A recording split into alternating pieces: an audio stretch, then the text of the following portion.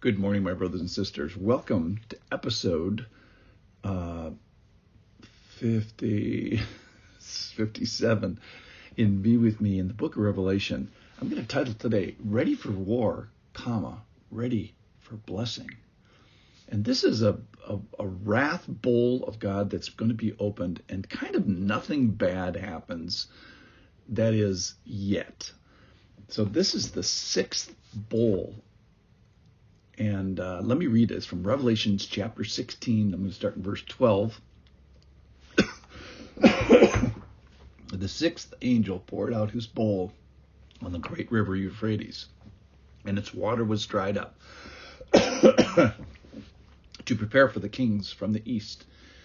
And I saw coming out of the mouth of the dragon, and out of the mouth of the beast, and out of the mouth of the false prophet, that was beast number 2, by the way, 3 unclean spirits like frogs. They're not frogs, they're like frogs. For they are demonic spirits, that's what they are.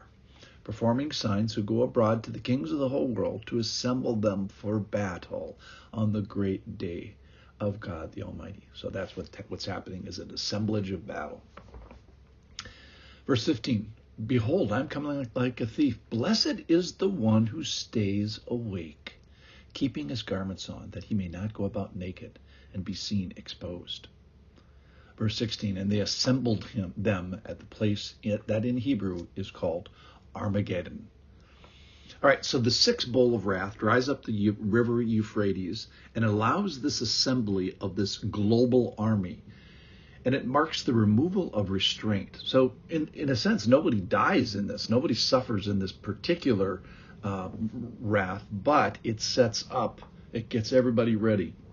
Both the good guys and the bad guys, everybody is getting ready for this ultimate battle. So it allows this unification of people groups with the intent that is against the Lord and the intent that is against the people of the Lord. So this figurative, maybe one world system of becoming one mind against the Lord. So it's not a plague per se, but it's a preparation for a final war and a final battle. And it allows the people to fight against God, and ultimately it's going to be to fight against their deaths.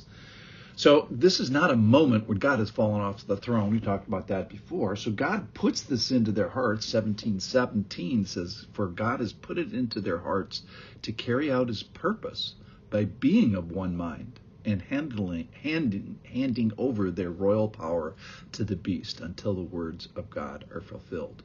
So God is in this as well. So we see God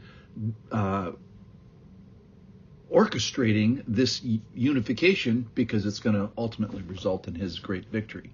So God allows humans to do the wrong thing. He's always done this. They have agency. We have agency. And previous agency activities that we've done have consequences. So we're accountable for it.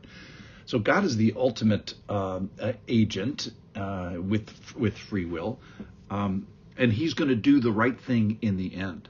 So this agency that humans have, it was true in the Garden of Eden. It was true with in the Old Testament all the way through, but Pharaoh comes to mind. It's true here in Revelation. It reminds me of Romans chapter 1, where the wrath of God is being revealed for people that know God, that knew God, but didn't honor him. And they became futile in their thinking, and their foolish hearts were darkened, and God gave them up to the lust of their hearts, and God gave them up to dishonorable passions. So similarly here, I think God is giving these people up to this spirit of unity, which sounds good, but it's a unity against God. And ultimately what's going to happen is fire is going to come down from heaven and consume them. So nobody get too worried here. All right, so let's talk about frogs. So it's not that frogs come out of their mouth. It's like frogs. It's 3 unclean spirits, that is demons, angels, and they're demonic spirits performing signs, who go abroad to the kings of the world and assemble them for battle. So these armies are mobilized by this evil proclamation. And unclean spirits from the beast and the prophet number 1 and prophet number 2 are assembling, and demons, fallen angels, are this messenger that's that goes about the world. And they probably give them some delusion of victory. Hey, maybe this time we got them with this unified world power. And they trick them with signs. So let's talk about miracles for a second. So during Christ's earthly time and shortly afterwards, signs and wonders were used to authenticate the message of Jesus. Well, now that we have the full message of Jesus, it's the message that authenticates the signs. So don't get confused if somebody comes doing some sort of a miracle like this frog demon. So on the other hand, so that's the world is getting ready for Armageddon, but also then the Lord says and warns, this is the third of the 7 blessings in the book of Revelation. The first one was, hey, read this book. The second one was die in the Lord. The third one here is, blessed is the one that stays awake, keeping his garments on, that he not go about naked and be exposed. So stay awake, be dressed, be ready, don't be exposed, and don't let this be a surprise to you. All right, let's talk about Armageddon. So Armageddon is the name for Mount Megiddo. It means the place of slaughter, the place of troops. And ironically, it's not a mountain, it's a plain. It's a plain in ancient Israel, or at least that it is so far. It's a known battleground. It's about 150 square miles of a valley. It's surrounded by small mountains or hills, and Mount Carmel is kind of nearby. But this is the final battle of Christ and Satan, good and evil. It's referred to as a mountain.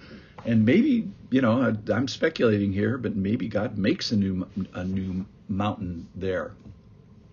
So this 6th bowl of wrath, in conclusion, is people getting ready for war and getting ready for blessing. Nothing bad happens yet, though externally it's going to look pretty bad here as all these unified powers are coming for a war and coming for a war against God. And what it is doing is it's setting them up for a fall. So this assembly in this ancient battlegrounds, by God's wrath, it's even wrathful of God to allow them to get there, in the sense, to put it in their hearts to get ready for this, because it's not going to turn out from them. They're all going to be destroyed. To the good guys, hey, get ready for witnessing this ultimate victory. This is going to be a blessing, and stay awake. So everybody's getting ready here with the 6th bowl. Thanks for listening.